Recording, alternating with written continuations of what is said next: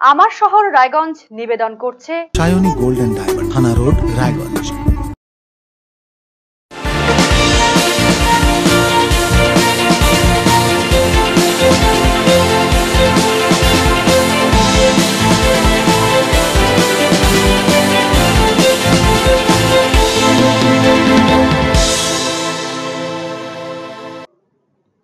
নমস্কার, আপনারা দেখছেন আরসিটিভি সংবাদ আমার শহর রায়গঞ্জ নিয়ে।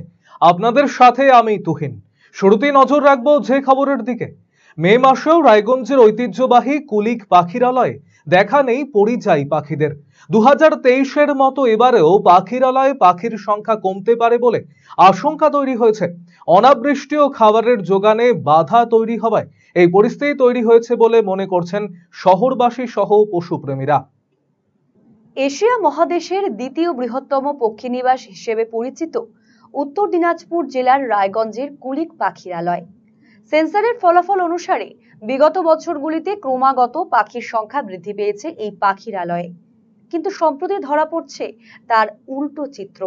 সাধারণত প্রতি বছরই মে মাসে পরিযায়ী পাখিদের আগমন ঘটে এই স্থানে। নাইট হেরেন, ওপেন বিল স্টক, কর্মোরেন্ট ও ইগ্রেট এই 4 প্রজাতির পাখির কলতানে মুখরিত হয়ে ওঠে কুলিক পাড়ের বনভূমি। প্রায় 6-7 মাস এখানে প্রজনন থেকে শুরু করে শাবকদের লালন পালন প্রক্রিয়া সম্পন্ন করে পাখিরা। তারপর নভেম্বর-ডিসেম্বরে তারা পাড়ি জমায় ভিন দেশে।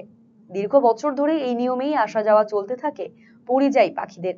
বিগত কয়েক বছরে কুলিক পাখিরালয়ে পাখির সংখ্যা বেড়েছে তা ঠিক, কিন্তু 2023 সাল থেকে তার ব্যতিক্রম দেখা যাচ্ছে। চলুন প্রথমে এক নজরে দেখে নিই বিগত 5 বছরের পাখির পরিসংখ্যান।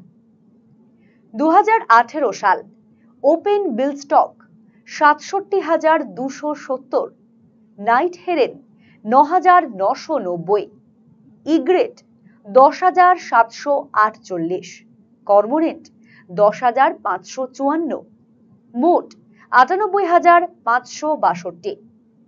2019 সাল open bill stork 65,864, night heron 8,124, egret 11,970, cormorant 7,130, মোট 93,088। 2020 সাল open bill stork 68,159, night heron 7,956, egret 13,094, cormorant 10,422, মোট 99,631। 2021 সাল open bill stork 71,302, night heron 7,909, egret 11,897, cormorant 7,631, মোট 98,739। 2022 সাল open bill stork 64,055, egret 19,841, night হেরেন 8,969, কর্মোরেন্ট 6,528, মোট 99,393। কিন্তু 2023 সালে হঠাৎ সেই ছন্দে পতন ঘটে। জুন মাসের দ্বিতীয় সপ্তাহ পেরিয়ে গেলেও পরিযায়ী পাখিরা সেভাবে আসছিল না গত বছর। শেষ পর্যন্ত সত্যি হয় আশঙ্কা। 2022 সালের তুলনায় 20-22 হাজার পাখি কম এসেছিল 2023-এ। দেখে নেব 2023 সালের পরিসংখ্যান। 2023 সাল open bill stork 37,044, night heron 11,445, egret 19,703, cormorant 9,948, মোট 78,141। এবছরেও একই পরিস্থিতি দেখা গিয়েছে। মূলত বারবার পাখিরালয়ের পাশ দিয়ে বিস্তৃত 34 নম্বর জাতীয় সড়কে অজস্র গাড়ির যাতায়াতকে পাখির সংখ্যা কমে যাওয়ার অন্যতম একটি কারণ হিসেবে দেখা হতো, কিন্তু এবারে বাইপাস চালু হয়েছে, জাতীয় সড়কে কমে গিয়েছে গাড়ির সংখ্যা, তাও পাখির দেখা নেই। মে মাসের 9 তারিখ পার হয়ে গেলেও এখনো সেভাবে পাখি দেখা যায়নি। এই বিষয়টি নিয়ে চিন্তিত রায়গঞ্জ শহরবাসী। তাদের মতে অনাবৃষ্টি ও পর্যাপ্ত খাদ্য সংস্থানের অভাবের জন্য কুলিক থেকে মুখ ফেরাচ্ছে পরিযায়ী পাখিরা। না, এবছর তো এখন অব্দি পাখি আসেনি, পাখি দেখতেও পাইনি। এই সময় প্রত্যেকবারই অনেক রকম পাখি থাকে, প্রচুর পাখি আসে, কিন্তু এবার সেরকমভাবে পাখি আসেনি। এবং কারণটা কি সেটা অবশ্য বুঝতে পারছি না। হয়তো এরকম হতে পারে যে গরম পড়েছে অতিরিক্ত, সেজন্য হতে পারে, বা ওদের খাবার জোগান হয়তো নেই, বা বৃষ্টি হচ্ছে না সেজন্য আসেনি, এটাও একটা কারণ হতে পারে।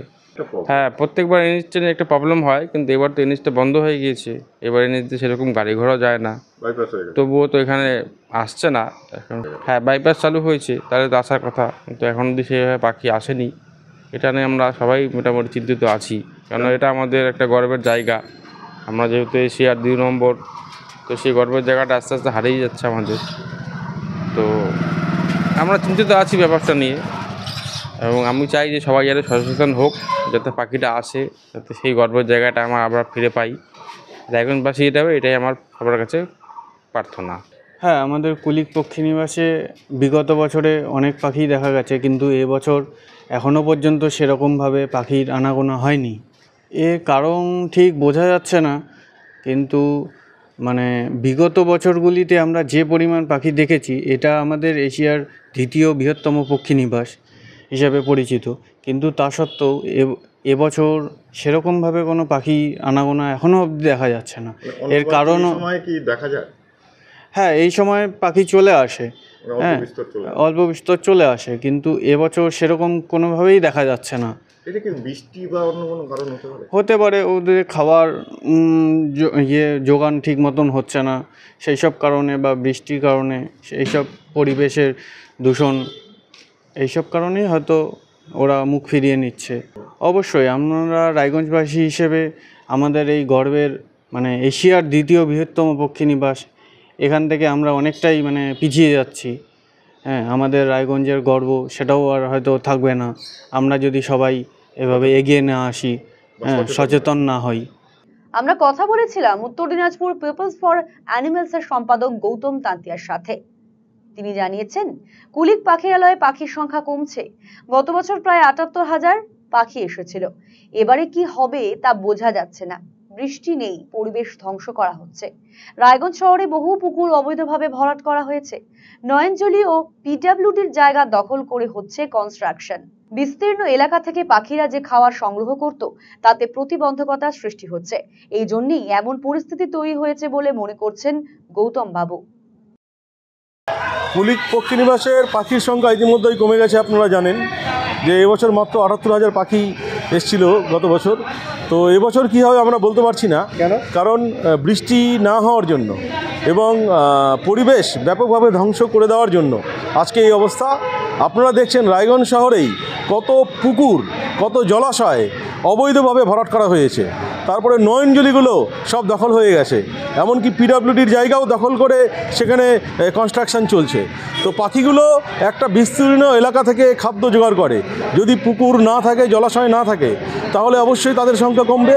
এবং যেই রেইন জোন পাখিগুলো যেই দিক দিয়ে আসে, সেই যে অঞ্চলগুলো, সেখানেও বৃষ্টিপাত কম হচ্ছে। এই সমস্ত কারণে, পরিবেশ ধ্বংসের কারণেই আজকে কুলিকের পাখির সংখ্যা দিনের পর দিন কমছে। এই পরিস্থিতিতে বন বিভাগের পক্ষ থেকে কি ব্যবস্থা গ্রহণ করা হয় সেটাই দেখার। আরসিটিভি সংবাদ, রায়গঞ্জ। নজর রাখবো পরবর্তী খবরে। গাড়ির ধাক্কায় প্রাণ গেল এক প্রৌঢ়ার। বুধবার ঘটনাটি ঘটেছে কালিয়াগঞ্জ থানার চৌরঙ্গি মোড় এলাকায়। জানা গিয়েছে মৃতার নাম সমীরণ খাতুন। তার বয়স আনুমানিক ৪৫ বছর। তার বাড়ি রায়গঞ্জের হাতিয়ায়। পরিবার সূত্রে খবর, কালিয়াগঞ্জে আত্মীয়ের বাড়িতে গিয়েছিলেন ওই মহিলা। ফেরার পথে চৌরঙ্গি মোড়ে গাড়ি ধরার জন্য দাঁড়িয়েছিলেন। সেই সময় কোনো একটি গাড়ি তাকে সজোরে ধাক্কা মারে। কালিয়াগঞ্জ থেকে রায়গঞ্জ গভর্নমেন্ট মেডিকেল কলেজ ও হাসপাতালে আনার পর মৃত্যু হয় তার। বৃহস্পতিবার মৃতদেহের ময়নাতদন্ত সম্পন্ন হয়। গোটা ঘটনার তদন্ত শুরু করেছে পুলিশ।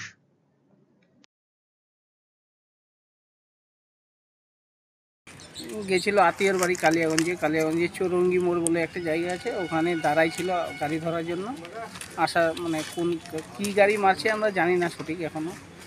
তো এখন কোন গাড়ি মারছে, তখন ওখান থেকে কালিয়াগঞ্জ হসপিটালে গিয়েছিল, হসপিটাল থেকে ট্রান্সফার করে এখানে রায়গঞ্জ হসপিটালে নিয়ে আসে। কালকে কখন হচ্ছে অ্যাক্সিডেন্টটা? ওখানে 4:30 5টা, 4:30 5:45 নাগাদ। আর মারা গেছে কখন? এই 6:30। এখানে আসার পরে? এখানে আসা। আজকে পোস্টমর্টম হচ্ছে? হবে। এক মহিলাকে ধর্ষণের অভিযোগে অভিযুক্ত ব্যক্তিকে গ্রেফতার করে রায়গঞ্জ জেলা আদালতে পেশ করল হেমতাবাদ থানার পুলিশ। পুলিশ সূত্রে জানা গিয়েছে, বুধবার দুপুরে এক মহিলাকে ভুট্টা খেতে নিয়ে গিয়ে ধর্ষণ করে অভিযুক্ত। বুধবার রাতে হেমতাবাদ থানায় লিখিত অভিযোগ জমা পড়ে। বৃহস্পতিবার দুপুর 12টা নাগাদ অভিযুক্তকে গ্রেপ্তার করে রায়গঞ্জ জেলা আদালতে পেশ করেছে পুলিশ। তদন্তের স্বার্থে এই প্রসঙ্গে আর কোনো তথ্য জানায়নি হেমতাবাদ থানার পুলিশ। গোটা ঘটনার তদন্ত শুরু হয়েছে। বুধবার ছিল 25শে বৈশাখ। কবিগুরু রবীন্দ্রনাথ ঠাকুরের জন্মজয়ন্তী পালিত হয়েছে সারা দেশে। একই ছবির রায়গঞ্জেও এদিন মুক্তধারা নামের একটি সংস্থার পক্ষ থেকে রায়গঞ্জ শহরের অশোকপল্লীর পালপাড়া এলাকায় রবীন্দ্র জয়ন্তী পালিত হয়। কবিগুরুকে শ্রদ্ধা নিবেদন করেন সকলেই। অনুষ্ঠিত হয় একটি সাংস্কৃতিক অনুষ্ঠান। প্রিয়তোষ মুখার্জি সহ অন্যান্যরা উপস্থিত ছিলেন এদিনের এই অনুষ্ঠানে। বুধবার ছিল 25শে বৈশাখ। কবিগুরু রবীন্দ্রনাথ ঠাকুরের জন্মজয়ন্তী পালিত হয়েছে সারা দেশে। একই ছবি দেখা গিয়েছে রায়গঞ্জেও। যদিও পত্রপুট নামের একটি সংস্থার পক্ষ থেকে পরদিন অর্থাৎ বৃহস্পতিবার রায়গঞ্জ শহরের সুপারমার্কেটে অবস্থিত ওয়াইএমএ ভবনে রবীন্দ্র জয়ন্তী পালিত হয়। কবিগুরুকে শ্রদ্ধা নিবেদন করেন সকলেই। অনুষ্ঠিত হয় একটি সাংস্কৃতিক অনুষ্ঠান। আয়োজক সংস্থার সকল সদস্য উপস্থিত ছিলেন এদিনের এই অনুষ্ঠানে। আমার শহর রায়গঞ্জ এখনকার মতো এ পর্যন্তই। পরবর্তী খবরের জন্য নজর রাখুন শুধুমাত্র আরসিটিভি সংবাদে। নমস্কার।